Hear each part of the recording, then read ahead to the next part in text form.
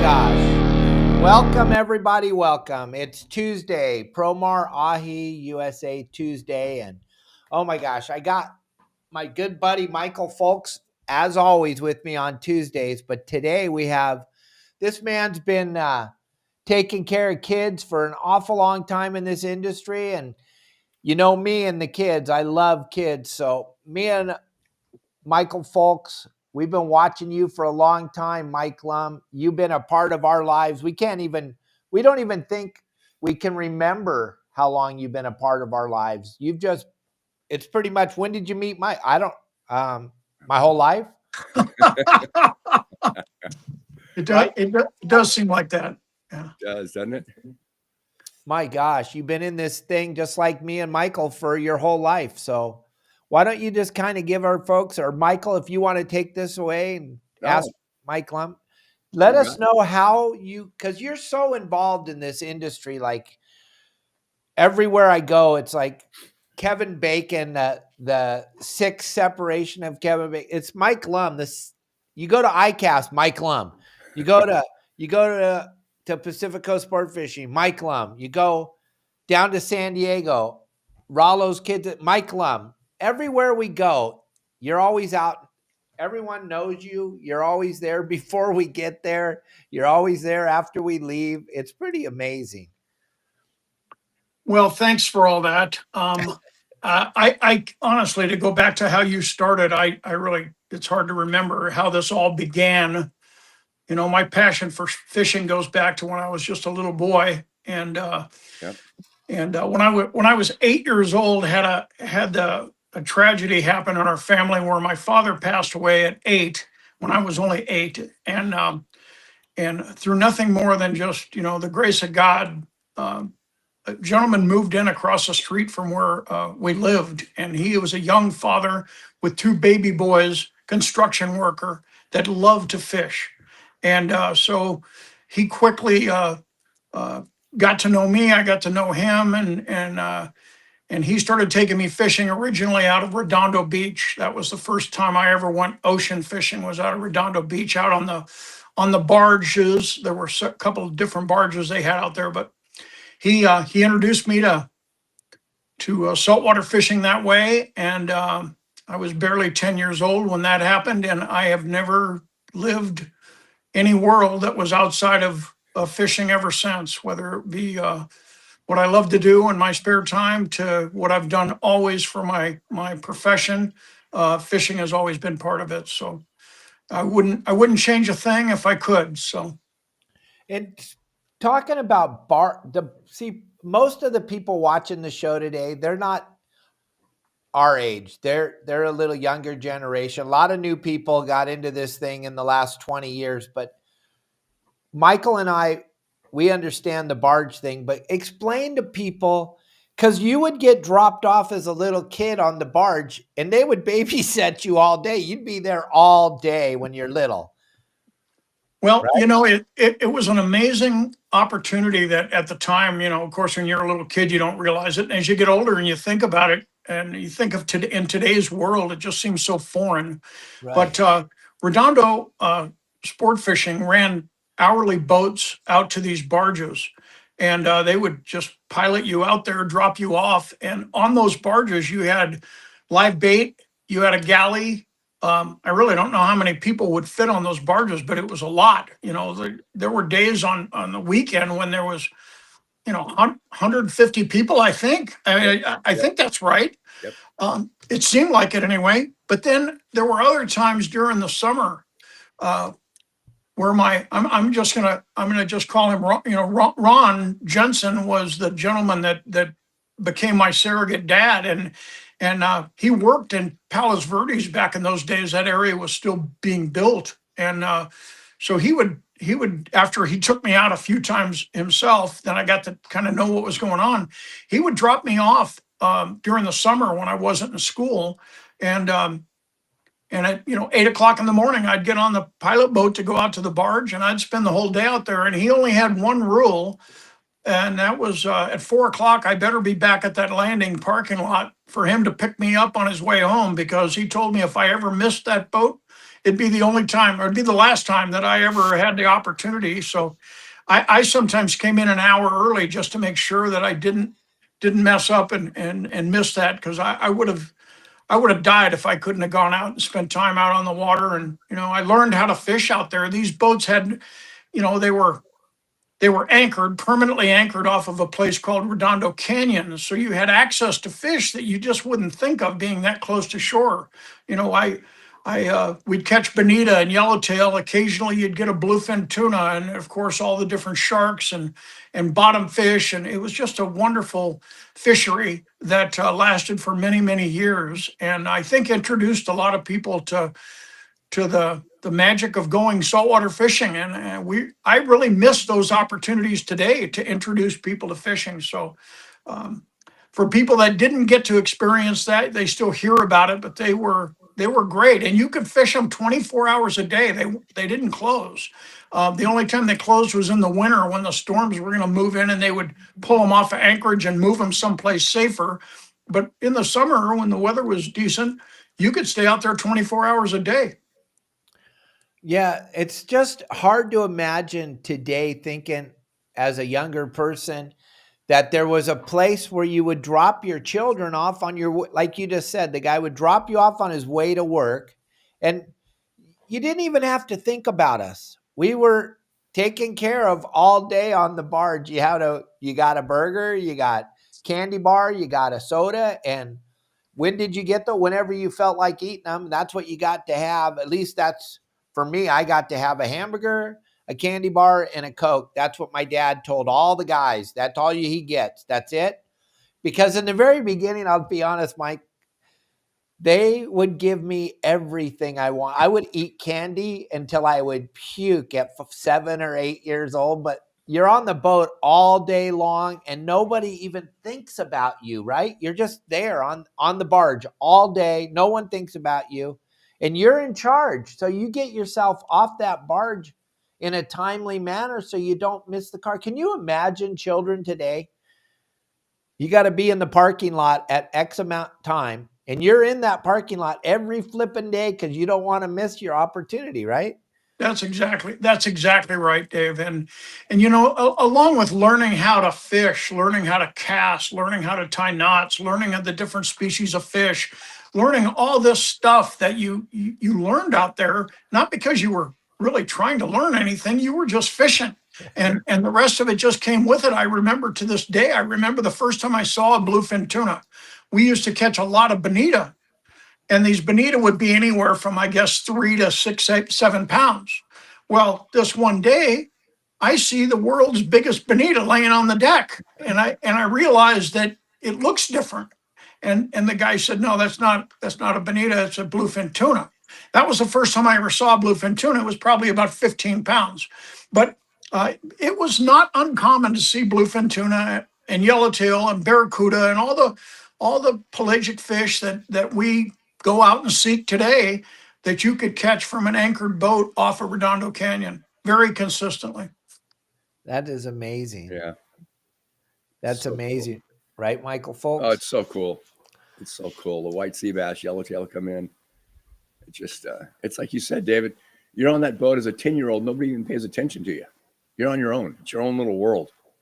And it taught us responsibility like nobody's business. You want to learn how to, you had to watch the old timers, right, Michael Lum? You had to watch them and you had to pay attention, and they weren't sharing. You were just like looking over there. What is he doing? Why is he catching that fish every single time?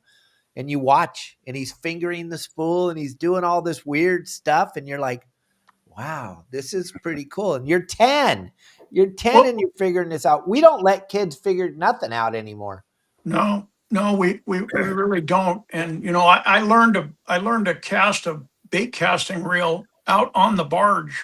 The little bit of fishing I had done before that was freshwater, and it was with spinning tackle. So when I went out there with a conventional reel for the first time, it was like I had no clue how any of that worked. But it didn't take long before you not only understood it, but you got proficient at it. And I still, when I think today, I think of bonita, the first thing I think about is a chrome fire stripe crocodile, because that's back then. That's what I had. I could buy them at the local thrifty drugstore when I'd have an extra 75 cents or whatever they cost back then. I'd buy them, and that's what the bonita would eat, because that's what I was throwing.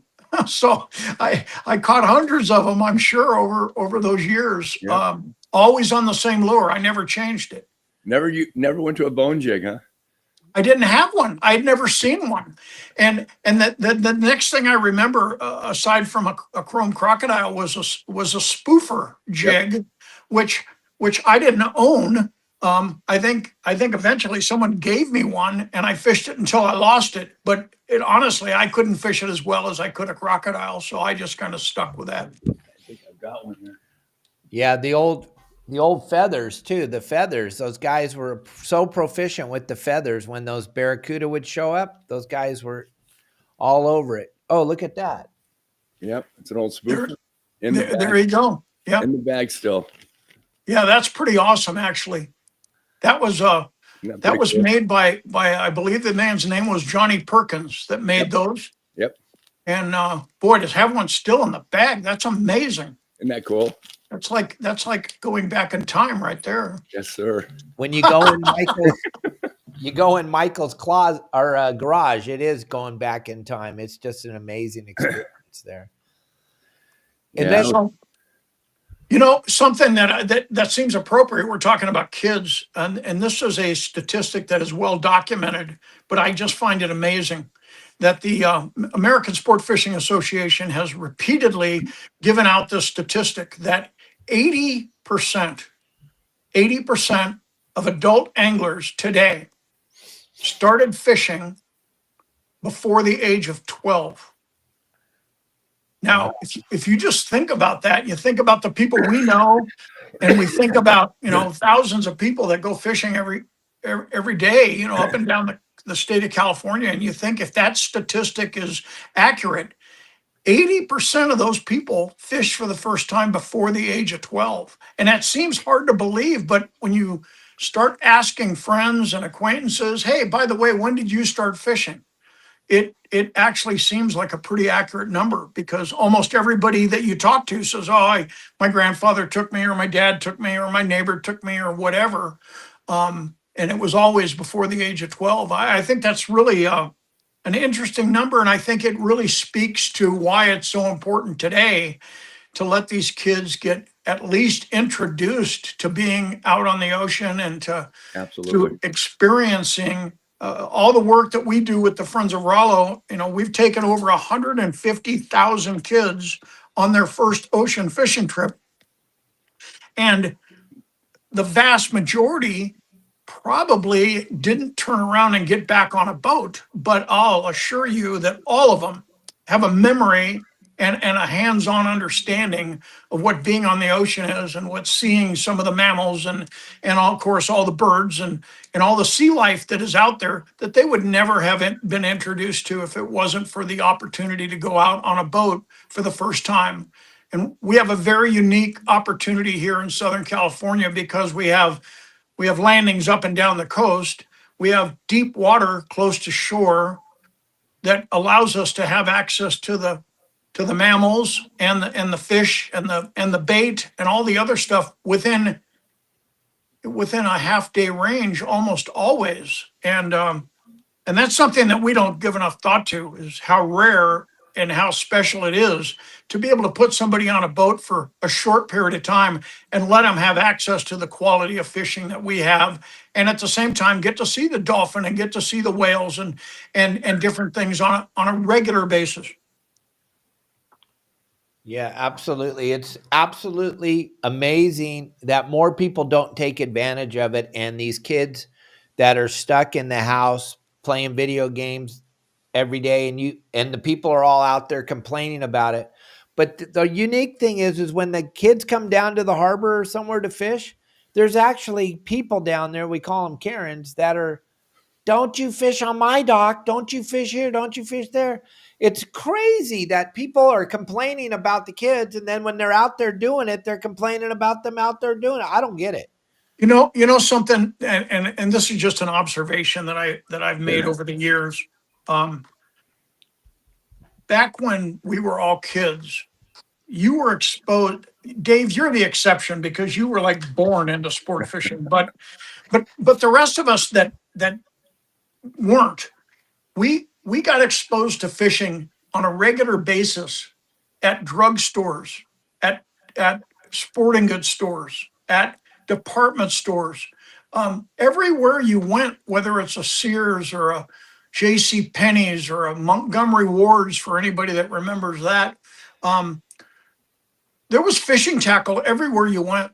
There were rods and reels and combos and nets and lures, and you didn't have to be interested in fishing to be exposed to it. And by being exposed to it, even if you weren't interested, it really did send a pretty strong message that fishing was a very common, normal, popular thing, no different than bicycling or baseball or bowling or whatever. You saw it all the time. And so then as the years have progressed and the categories have been removed, a lot of the businesses have been removed, but a lot of the categories no longer exist. So if you go into a drugstore today, you don't see fishing tackle.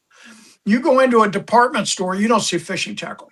You go into I didn't experience it in Southern California, but anybody from Central California north, you used to buy fishing tackle at grocery stores. I mean, not a little bit of it. Major aisles of fishing tackle sold in chain grocery stores.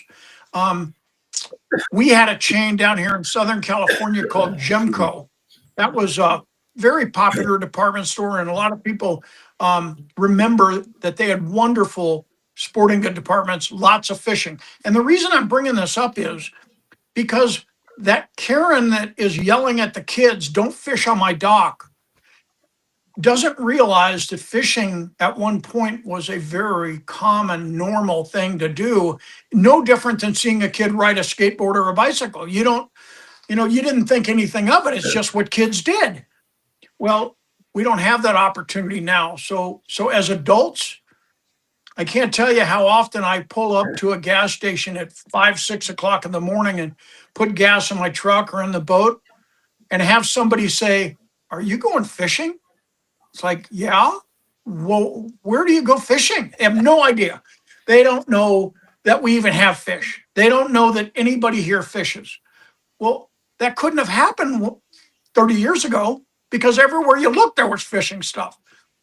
So I think it's taken its toll on introducing fishing to normal, average, run-of-the-mill people because they're just not exposed to it unless they have a friend or a relative or a neighbor.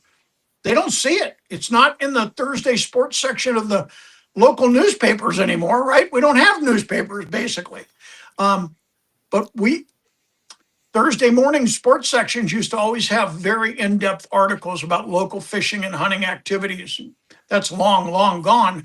But it was a way to keep it in the front of people, keep it in front of people, and keep it normalized. And now it's very highly specialized, and it's not helping us recruit new people because they're not exposed to it. They don't know how to get started.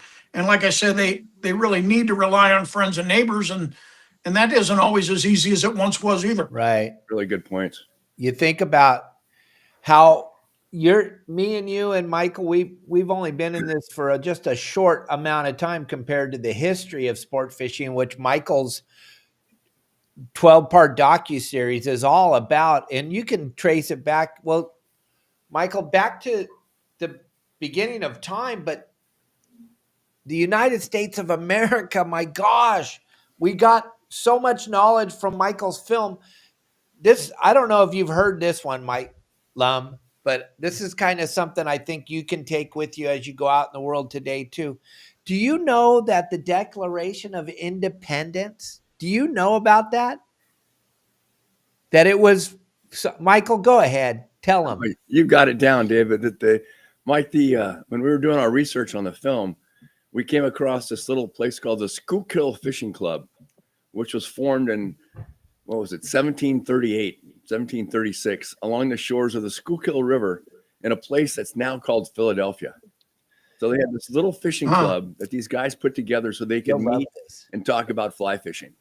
But the reason they built the club and formed the club was guys like Benjamin Franklin and George Washington and Paul Revere, John Hancock, some of the guys you've probably heard of in our history. Those guys were all fly fishermen, and they got together under the guise of a fishing club to discuss and write the Declaration of Independence and the Constitution of the United States. And if they had been caught at the time, they would have been hung for treason. So these are the true patriots of this country, were formed in the words that we live by today and govern our nation, were written by fishermen back in the 1700s, 1750s. Isn't that wild? Yeah, that's amazing. That's an amazing piece of history right there. It's still in function. It still functions today. It's the oldest social club in the English speaking language. It's so, just it's pretty cool. I was really touched by that.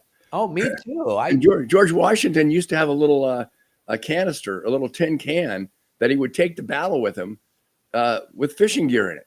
So he had his little tackle box with him wherever he went, because back in the day, you fished for survival. You fished to feed yourself. There was no sport fishing back in the day. You just like hunting and farming. So these guys are. This country owes a debt of gratitude to the anglers back in the day for doing what they did and risking their lives and declaring their Declaration of Independence from Great Britain. Yeah, that's an incredible story. But hey, gang, I can't do this show without the great sponsors like Promar, and they got a great video here that I was able to produce for them at the iCast show. So watch this video. You got 2 minutes, and then we'll get back on this because we got to get Michael Lum to get him off to go do his job. So we got about an hour with him. So just watch this video real quick and we'll get back into this.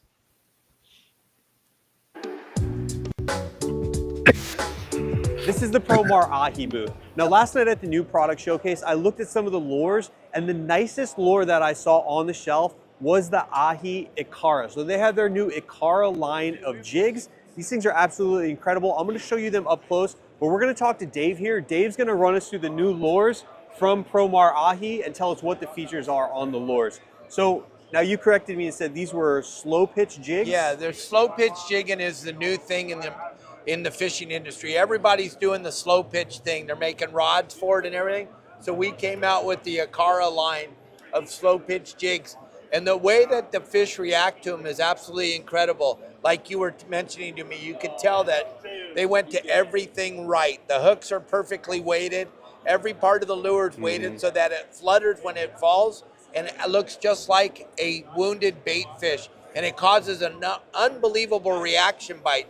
As we go through the line, we have them from 15 grams all the way to 150 grams. Okay, so we're talking saltwater and freshwater. Oh yes, salt and fresh. I just did a seminar over at the bass tank, and every bass in there had the lure in his mouth at least 5 times. First off, I just gotta say, the quality and the detail on these things, you can visually walk by and see that these things are built different. I mean, the tiniest details on this, it looks like a real fish. 3D depth on the eyes. I mean, these things are unbelievable. Even the way the hooks are attached, they have like heat shrink sleeves over the tie-ons. I mean, everything was thought through on these lures that I can see from. You really have to fish with it to appreciate it. When you watch it flutter, it's incredible. And I know you couldn't see it in the product showcase how it flutters, but you can only see what you can see, but you recognized it, which was a good deal. Yeah. I'm gonna have to try one of these in some of the invasives in South Florida. Now, if I'm fishing for bass, which ones would I go for here? It all depends on the depth of the water. Okay. If you're gonna fish the shallower water, you see the smaller bait, the largemouth bass or the peacock bass or the smallmouth chasing the small bait. This is gonna replicate that small bait inside there. Okay. So you're gonna throw this on a spinning rod with maybe some 6-pound or 8-pound because you're trying to get a reaction bite on that fish when they're on the small bait. You can't fish it with very heavy line because then it won't do the flutter as it sinks. So it's going to have to be a lighter line. Okay. As you move up to the weight, then you can move up on your pound test. Now, how come they didn't put treble hooks on these? Treble hook's not going to allow this to flutter the way we want it to flutter. We've tried different treble hooks. So the smaller treble hook will allow it to flutter, but then you won't hook it. J-hook, the way that it's weighted on here and the way that it's rigged, it's ready to go right out of the package. but you're also going to hook the fish when he eats it. Well, straight Dave, up and down. They look beautiful. I appreciate the lesson you just gave me here, and I appreciate it all, man. I can't wait to try one of these things out in the water. Thank you very much, Hey. Joe, for stopping All by. right. And Hey, checking wasn't this that out. I can't incredible, wait. Mike Thanks. Lum? I actually sound like I know what I'm talking about. Yeah, did you have a teleprompter there or what? Oh, that was just winging it. I don't know if you've seen me wing it before, but I wing it. I've heard that, Dave. I've heard that. I remember back in the day, Mike having to come and babysit me and watch my seminar. He's like, okay, what'd you do this time? I'm like, I didn't do anything. Yeah, you did not. Yeah. You're the only seminar speaker that we used to have people wear helmets to attend your seminar.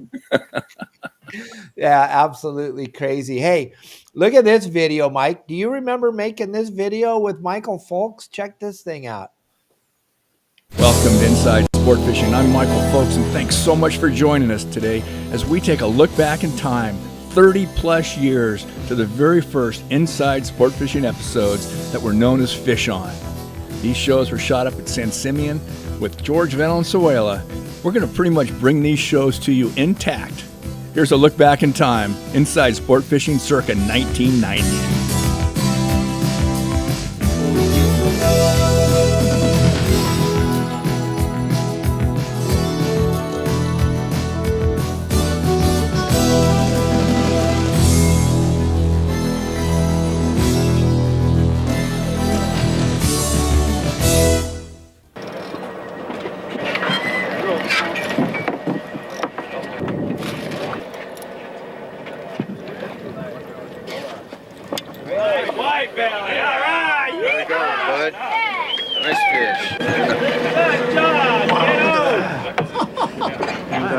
Wendy caught this fish in about 180 feet of water. Wow, wow, wow. One of the alternatives that we have to fishing either the cut squid or the fresh dead mackerel or these octopus, which have traditionally been an excellent raw cod fish. Mike, what are we doing here? Well, a lot of times when you don't have the opportunity to fish the mackerel like we were fortunate enough to get today, one of the options is these jarred octopus. They come just about the right size for the type of fishing we're doing. You can use one of these rigging needles. You just take the octopus and you can run the needle right through the bait. That'll also work for mackerel or sardines anytime you want to get your line through the bait. Tie your hook on the back, use a single or use a treble if you want. Just try and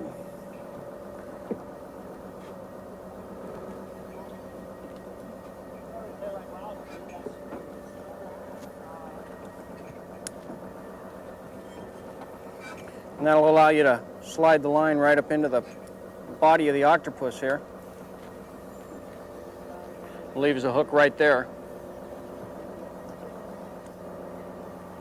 And then you can come up here and you're fishing, today we're fishing in about 200 foot of water, so you'd want to put about an 8-ounce ring sinker, tie it into the line about right here. But that would also work real well for calico bass and sand bass if you were fishing in waters north of here, or south of here, I should say, a little bit warmer water. Unbelievable, right? I'm surprised the film stayed together that many years. That's amazing. Yeah, that's pretty cool with your son. That was very special. Thank you for that. Yeah. 35 years ago. Yeah. That was a long time ago, Michael. Thank you for that. It was fun. Yeah, thank you, sir. Thank you for everything you've done, man. You, of all the people I know in the business, you're boots on the ground. I mean, you are on the front lines day in and day out, coast to coast, up and down, back and forth. You just, you have your in touch with the pulse of this industry. There's no question. You see it coming years before anybody else sees the trends.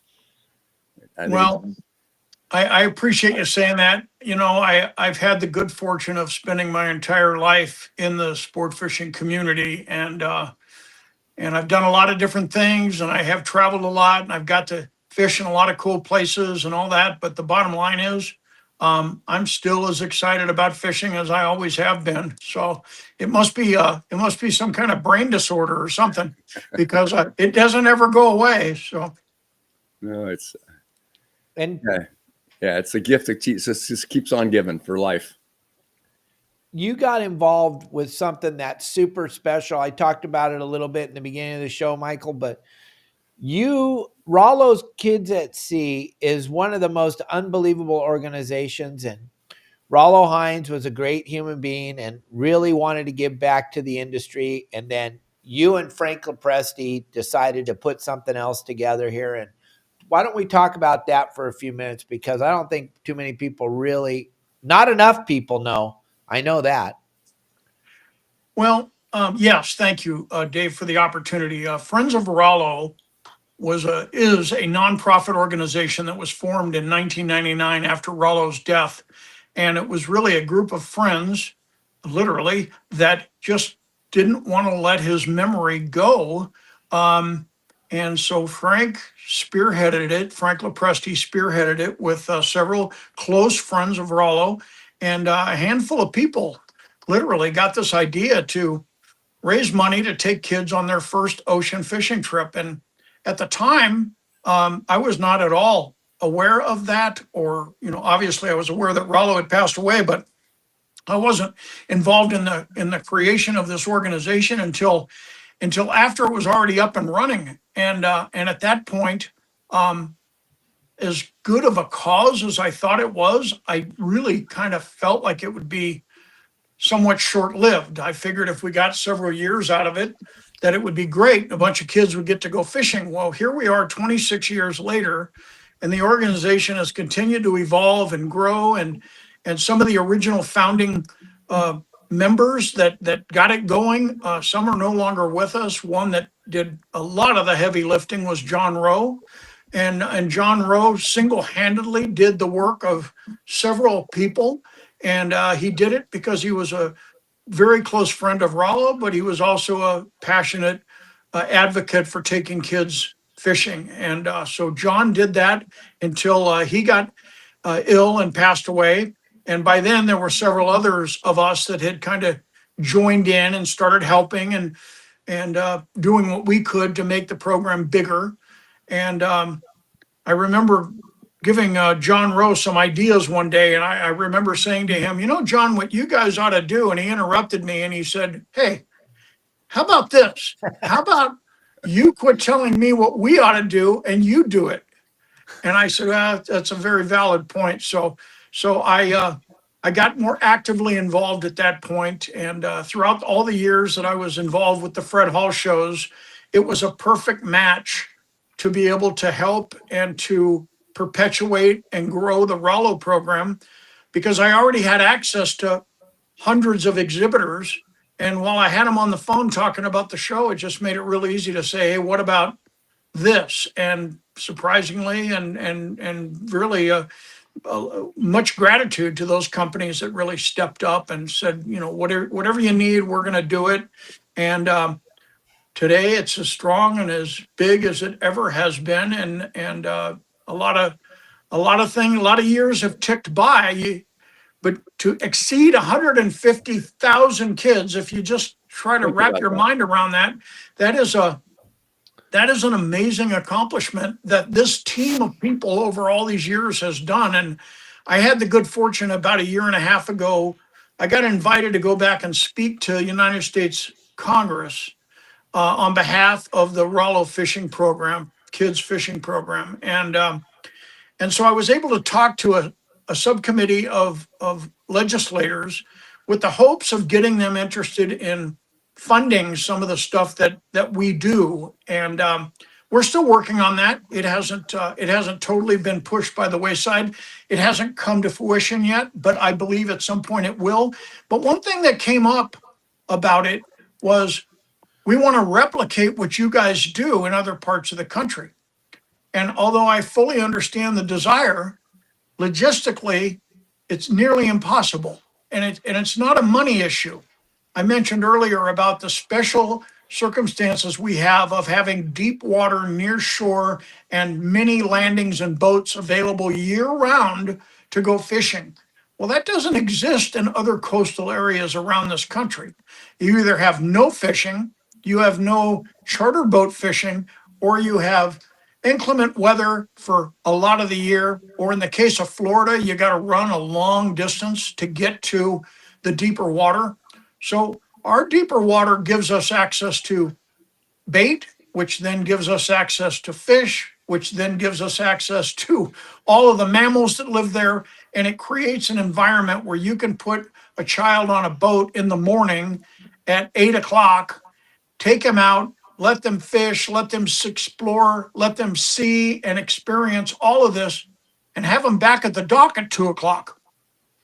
That just doesn't exist in other parts of the country. So I understand their desire of wanting to replicate what we do, and I would help them if I thought it was possible.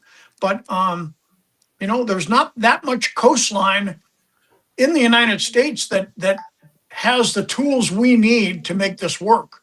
And so we're very, very special in that regard. And the generosity of the industry and of the fishing public to keep this program alive and going continues to this day.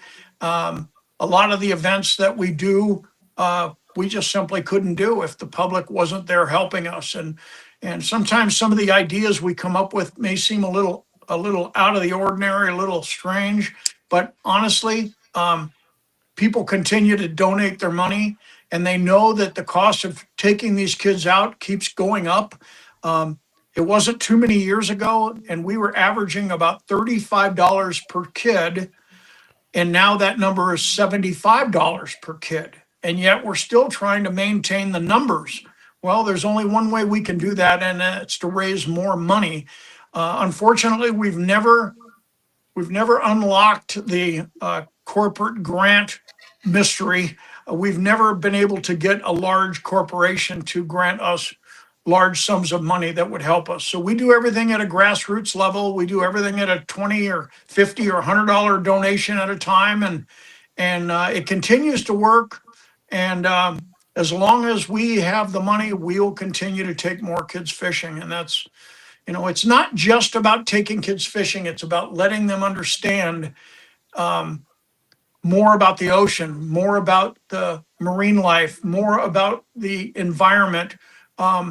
Because if not for being on a boat and having the experience of the smell and the sights, and watching these kids experience things that I still recall, it was a long time ago, but I still recall those early trips that I went out, and some of the detail that you can remember for something that happened when you were 10 years old is truly something that stays with you the rest of your life. And I know it has changed a lot of lives. We've been doing it for 26 years, and we now have young people that stop by the booths at the shows to thank us for the program because they now have a captain's license, because a direct result of being exposed to the Rollo program all those years ago. Kind of a funny story. One of our main guys that does so much for us is Howard Coolidge, and Howard does all the bookings of all the trips up and down the coast, and he also does all the negotiating with the various charities that are trying to have us help them financially. And Howard is a retired police officer, and spent a lot of years, spent over 30 years as a cop. And his final years were up in Santa Maria. And he was telling me not that long ago that he had a guy walk up to him at the market or someplace. And he said this guy was probably 30 years old, 30-ish, and walked right up and very firmly said, "Do you remember me?" And Howard says, usually when I hear that, the conversation doesn't end really well. And he said, "Well, I'm sorry, sir, I don't remember you." He says, "Well, let me tell you." He says, "You took me on my first ocean fishing trip." And Howard was so relieved that this didn't have something to do with arresting the kid's parents or throwing him in jail or whatever it was. It was so happy to hear that it had to do with his first ever fishing trip. And the guy went on to say that, he owns his own boat. He has kids of his own. And literally that happens repeatedly at the various shows where we hear stories where one trip has planted a seed that has never left. And so we have a lot of those things, and it's the reason why we keep doing what we're doing. Demand has never been higher, by the way. We have more requests for trips than we've ever had. Our only challenge is raising enough money to pay for it all. Yeah, something that kind of Michael and I talk about it a lot on our shows is how the sport fish industry has stood in there for the kids for so long, but the guys with all the money in corporate America, they don't step up. I don't understand it. It's kind of weird. It's very strange that you can't get them involved. I think there's a number of reasons for it, Dave. We deal with, in the fishing tackle industry, we deal with companies that we view as large, that in the bigger scale of things are not large.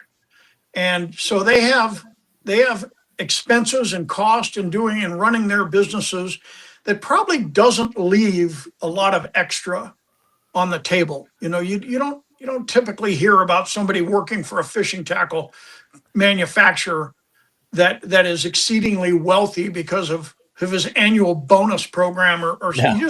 It doesn't exist in our world. No, but Walmart, Bass Pro Shops, those places, those guys have the money. I don't. But here's the other thing that I've noticed in all the years of raising funds for the organization. Most major corporations have a certain percentage that they donate to charity, and they do it for a number of reasons. Tax reasons is one of them.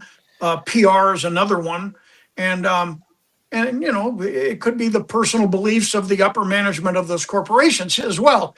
But when you are in a group and you're pitching them to donate money to you, and you listen to some of the organizations that are out there, whether it's and they're all very worthwhile and all very important, whether you're feeding the people that are hungry, whether you're putting roofs over the heads of people that don't have a place to live, whether it's getting people off the streets, drug rehab, prosthetic devices for wounded veterans. It goes on and on and on. These are all vitally important causes. And then somewhere along the line, I raise my hand and I say, let me tell you about this program we have.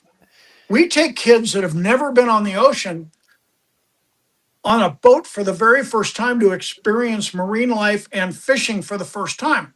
And the reaction, you can see it by the look on their face, is typically, that sounds wonderful. But honestly, it doesn't really hold, it doesn't hold a candle to some of these grave issues that they're funding. And so oftentimes we just don't make the cut. And Michael, you could relate to this, but it kind of reminds me of corporate America that will buy very expensive advertising, but they won't buy the lower level of advertising, right? They don't blink at saying we're going to sign a $20 million contract to promote our brand. But if you're trying to sell them something that's worthwhile and it's only $200,000, they don't want to talk to you. Yep. Right? It's just, we can say that doesn't make sense, but that's just how it works, and that's how it works in the donation giving as well.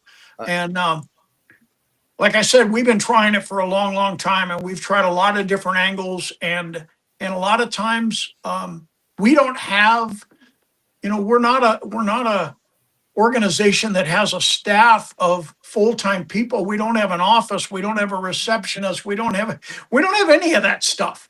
And so when someone says, well, I'll get my people on applying for that grant next week, there is no people. We don't have those people. And everything has to be done, whether it's loading the trucks and trailers, to unloading them, to asking for the donations, to creating the promotions, to getting on shows like this and encouraging people to donate. That is all done by the same handful of people. And none of us do it for a living. None of us have the time that it takes to do that. You look at some of the more well-known nonprofits.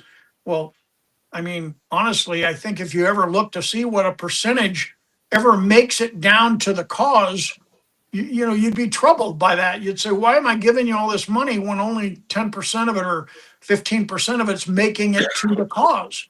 And that's just not how we operate. So I don't see it changing for us. I think we're going to stay at the grassroots level because we don't know any better. So what we're going to do.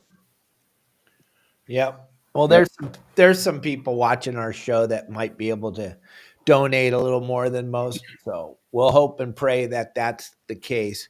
One thing that you talked about to me a couple of months ago was you can't sell the tickets, the raffle tickets online. You can't buy a raffle ticket online because it's gamble. It's Well, such a weird world we're living in, huh? I'm really glad you brought that up. And actually, Yeah. the reason that we can't sell raffle tickets online is because of the state of California. That is not the case in other states. If our company, or excuse me, our organization was based in Arizona, we could sell raffle tickets online to Californians. But because we are based in California and our nonprofit is registered here, we are forbidden from selling raffle tickets online. So we can promote them, we can talk about them, we can give you a phone number, but we cannot sell a ticket online, which means if you sent me an email and said, Mike, I want to buy some raffle tickets, I can't just send you a receipt and put raffle tickets in the mail to you because that would be selling tickets online. So I have to pick the phone up and call you, and then we have to have a conversation, and you have to give me that information over the phone or in person, and then we can make the transaction. Well, fortunately, people are willing to jump through those hoops, but a lot of barriers. But we lose a lot of potential people because it's a pain in the neck to do that. And we've talked about every possible angle that you could imagine. And at the end of the day, we just aren't going to risk our nonprofit status by doing something that's in the gray area. And so we stay really clean on it. And we encourage people to call us and leave their number. You can even email me and just say, call me, I want to buy raffle tickets. That's all fine. But when we sell raffle tickets, we also don't have a staff of people. I mentioned that. So there's another nonprofit, not in the sport fishing industry, that I support personally, and they have a similar problem. They're based in California. And so I'm always envious because they give me a phone number and I call the phone number and there's a human being there available to answer the phone during business hours, always, because they are a large enough organization. They have full-time staff, and that's what those people do. And so I can always buy a ticket first try from them, where in our case, you're calling, oftentimes you're leaving a message, and then we call you back and you're busy or you can't pick up the phone, or your phone tells you it's spam because it doesn't recognize our phone number. It goes on and on and on. And so I really think we're only selling about a third of the raffle tickets that we could really sell, simply because those obstacles. But again, I don't have a good alternative. And it's one of the reasons why consumer shows are so important to Captain Rollo Kids at Sea. And fortunately, we have the Pacific Coast Sport Fishing Show in Costa Mesa, which has just become a huge part of our annual budget. And now they're adding the Del Mar show, and we're hopeful that it also grows into a very sizable and very long-lived show, because we will be there. The Rollo booth will be there, and we are hoping that we now can add an additional means of revenue to our annual fundraising because of that show. So we're encouraging everybody to please support it and turn out, and we need that show in San Diego. The whole industry does. Absolutely. Yep. It's missing. It's kind of missing a show down there. So that'll be really good. Can you give your phone number to all these people that are itching to buy these raffle tickets? Are the raffle tickets available? And another thing, Mike, and I just going to ask you guys have come up with some really cool deals, like the Wicked Tuna guys coming into town and going fishing, and was a good fundraiser. That's kind of played out its course now, and you guys are going to do some different stuff, and you got all kinds of different things coming down the pipe. But you guys have always, and Paul Hebert's been on the show with Michael Folks and I, and he loves coming out here, and he loves being a part of that thing. It's just, there's just so much stuff that you got. It takes a corporation to do what you guys are doing, and I think you're 4 or 5 guys is all you got, right? Well, we have probably a couple dozen people that volunteer regularly to help us. But as far as people that are doing the stuff you just mentioned, there's about 4 of us that are really actively involved. And then, of course, we have a board of directors. And the board of directors helps us in a lot of different ways.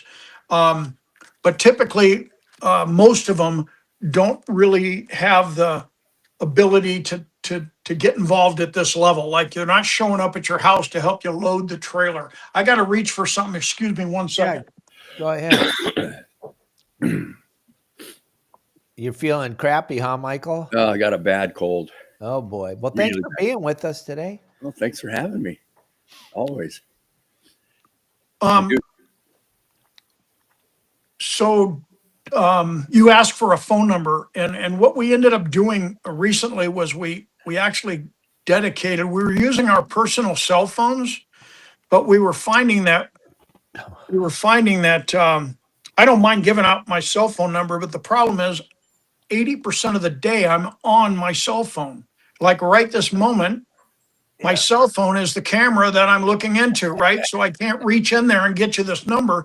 So this number that we use now regularly to buy tickets, ask questions, make donations, pretty much anything, is 951-264-7382.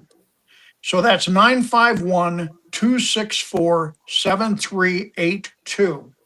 You can also reach us by email at info@rollokids.org. That's info@rollokids.org. And that could be for anything. And another important part of our annual fundraising is selling used fishing tackle. And we do that only 1 day a year, and we do it at Day at the Docks down in San Diego. But we collect tackle all year long in anticipation of that 1 day. So if somebody has product tackle that they're no longer using, you can contact us either at that phone number or by info@rollokids.org and say, hey, I got a bunch of fishing tackle I'd like to donate. We will make arrangements with you once we know where you're at and what the tackle is. We will make arrangements to pick that up. Of course, your donations are tax deductible, and we will give you a receipt for that. You can also take that merchandise into several drop-off places depending on where you live. Dana Wharf Sportfishing happens to be one of the drop-off places, and people regularly take tackle in there and drop it off. And then once a month or every so often, I get a phone call from Donna, and she says, could you do me a favor and get over here and pick all this stuff up? Because we don't have any room to move in our back room. So we do that. And Fisherman's Landing is another drop-off place. You just simply take your tackle in there and say you want to give it to Rollo. They have a special locker for it. Dana Landing also will take it. And if you don't know where to take it and you don't really want to take it, you want somebody to call you, then just get a hold of us and we will reach out to you. All we ask is that, remember, folks, we're trying to make money selling this stuff. It doesn't do any of us any good to have you donate product that was, I don't care if it was 30 years old, but if it broke 30 years ago and it's been sitting in your garage for 30 years, that one probably is not going to bring any money. So just all we're saying is, if you're going to donate the product to us, we would love to have any kind of fishing tackle you have. But just be mindful that we don't need a rod that's missing 3 guides and that the reel seat is locked up on, that one we don't need to bother moving around, because ultimately it won't get sold. And that's what it's all about, is selling this stuff to raise money to take the kids out. And it is a big part of our annual fundraising. So please keep us in mind as you upgrade your tackle. We also, if you go to our website, which is rollokids.org, you can also find it at Captain Rollo's it's rollokids.org. Sorry. There is a button on there. You can just click donation, and you can make cash donations. This time of the year, we get quite a bit of that. We also have a recurring automatic. If you want to donate $10 a month, there's a way to do that. You can cancel it at any time. But if we could get enough people to give us $10 a month, we could take a lot more kids fishing. It adds up very quickly that way. You figure $10 a month is $120 a year, costs $75 for one kid. So you're going to take about 1 2/3 kids fishing with a $10 a month donation. But if we have enough people doing it, hundreds and hundreds of kids that otherwise couldn't go will get to go. So rollokids.org for that information. And we're also open to ideas. If you have fundraising ideas, if you have something special you want to do, please don't hesitate to call and ask us. As of late, we've got a fair number of long-range boats where the charter masters are contacting us far enough in advance, and they're saying, hey, we want to do a fundraiser on our charter. And we've had some amazing results. Many thousands of dollars being raised on these long-range trips. And we will help you. We will help you with raffle prizes. We will help you with raffle tickets. We will help you with all of that. If you're interested in adding that to your long-range charter experience, give us a call. We'll help you. Hey, our good friend John at River Cats Tackle in Baton Rouge, Louisiana, is asking how much are these tickets? And one more time, Mike, could you just go slow, giving the phone number out one more time after you tell us how much the price? It is 951-264-7382. Or you can send an email, info@rollokids.org. And all you need to put in that email is, I'm interested in buying tickets. Here's my phone number. That's all we need. Don't give us any more info, because we don't need it. We're going to call you anyway. So we will get back in touch and work out the details. We are currently just now kicking off our 2026 grand raffle. The tickets this year are going to be $15 a piece. And what you're buying when you buy one of these tickets is you're buying a chance at winning one of 30 really nice prizes. And these prizes will all be awarded at Day at the Docks. So between now and Day at the Docks, which is in April, we're going to be selling raffle tickets. We will be aggressively selling raffle tickets at both of the PCS shows. And we do have people from all over the country, because they used to live here and they have moved out of state. And they now still buy tickets from us because they want to help the cause. So we are now selling tickets out of state to people that know about this or see it online. They call us and we get them set up. And what we do, we have 30 prizes we give away.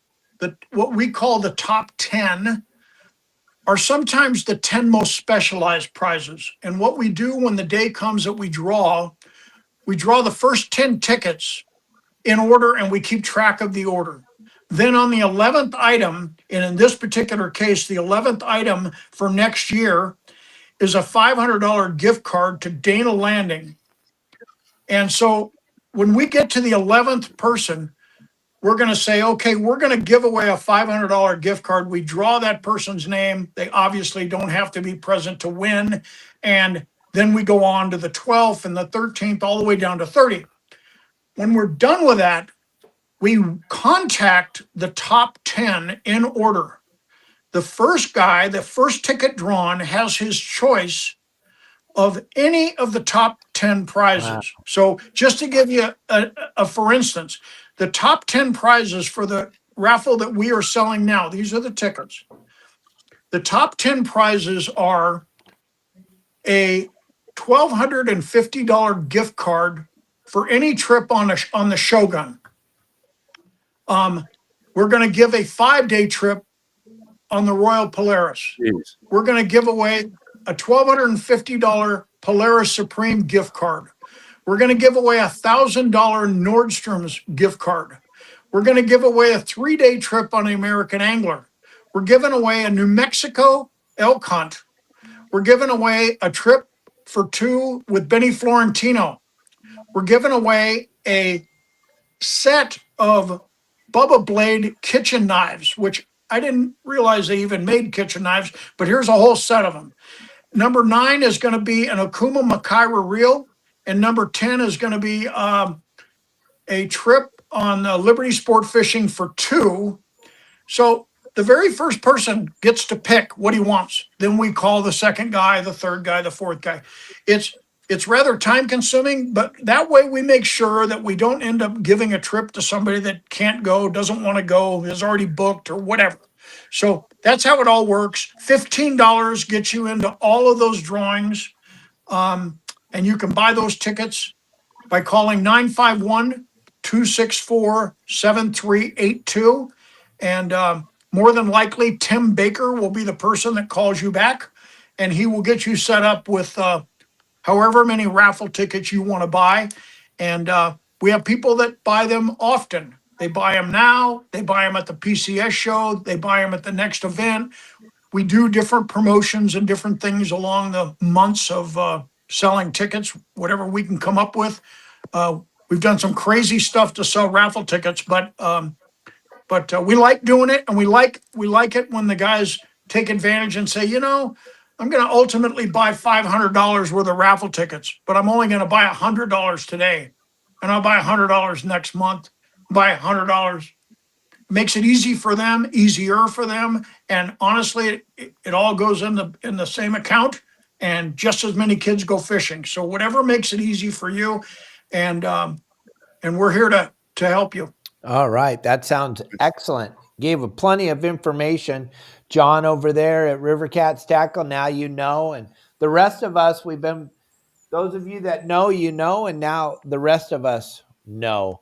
It's pretty spectacular what you've done over your lifetime. And besides all this, Mike Lum has a full-time job too, gang. He's not only running this thing, but he's got a full-time job too. And everywhere. Besides having a full-time job, you're all over the place. I work for a manufacturer's rep agency, Morton and Associates, based out of Washington State, and we represent some really, really great lines. And my territory has evolved and changed just a little bit, but my territory currently is most of Southern California, Diego, and then I do Hawaii, I do Southern Nevada. And that's for the various lines that we sell. We represent Spro, we represent bullet weights, we represent Alps, Tingley boots, we represent that. Kershaw knives, I represent that. King's camo, we have a long list of lines that we represent. So I stay very busy doing that, and I squeeze in what I can do to help the Rollo program in the evenings and the weekends and during my lunch hour. Crazy. Amazing, Michael. All right. So real quick, Michael Folks, big launch day today. Big launch day. I got to jump on a call right now. They're waiting for me on a Zoom, but we are going worldwide today into 80 countries with the new series. Oh my God, that is super exciting. I'm so glad that I got to be a little part of the show. You're an important part of it. And Michael, you too, from day one, you've been one of the most encouraging people in my life to keep working on this project. And I want to tell you how eternally grateful I am for your support from day one, Michael. Thank you. Well, no, it's really thank you, because we both know that if you had not taken this on, it would never have gotten done and it wouldn't exist. And so long after all of us are gone, this is going to be a testament to how we all got where we are, Sure. and long before any of us were around, and no different than what you told us earlier about the Declaration of Independence. It's like that would never be known if it weren't for what you're doing. Well, thanks, Mike. And thank you for joining us today. I really appreciate it. And thank you for everything you're doing. Friends Oralo is just a phenomenal operation. And I got to jump. But Dave, Mike, thanks. And thank you all for joining us, and hope you had a great holiday season and a wonderful Christmas coming up. We'll talk to you next week.